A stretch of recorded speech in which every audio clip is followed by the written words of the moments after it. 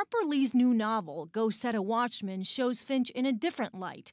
Set in the 50s, the story describes how Finch's daughter returns home and grapples with her father's view on race and segregation. One passage from the book has this encounter with Finch and his daughter.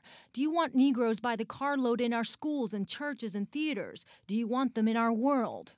Reviews describe him as a racist who attended a KKK meeting. Finch's character in the new novel may be a shock to Mockingbird fans, but readers we spoke with say it could be a more realistic portrayal. I don't see anything wrong with making a character more human. Nobody's perfect. Even if this character, Atticus Finch, did have some leanings towards the other side, if you will, I would argue that we have actually seen a evolution. Maybe it shows that she's not here to write a perfect story. HarperCollins, the book's publisher, issued a statement about the new portrayal of Atticus Finch.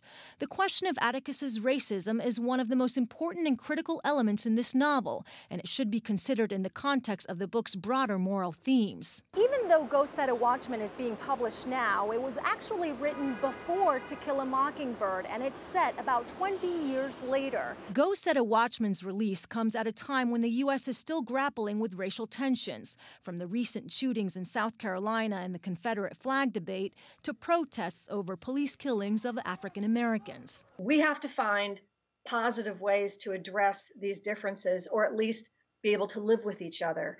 And that is a social problem. It is obviously a family problem for Jean Louise Finch and her father. It is a political problem, and I think it is an extremely contemporary problem. When asked to comment earlier this year about the book's release, Harper Lee said in a statement, "I am humbled and amazed that this will now be published after all these years." Ines Ferre, Al Jazeera.